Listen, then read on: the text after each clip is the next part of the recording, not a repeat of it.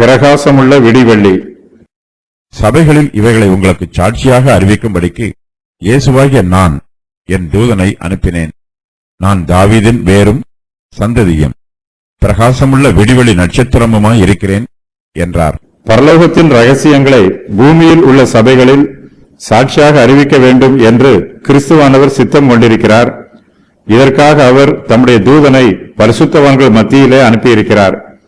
கிறிஸ்துவானவர் தம்மை பற்றி சொல்லும்போது தாம் தாவீதின் வேரும் சந்ததியும் பிரகாசமுள்ள விடிவெள்ளி நட்சத்திரமுமாய் இருப்பதாக திருவுளம் பற்றுகிறார்.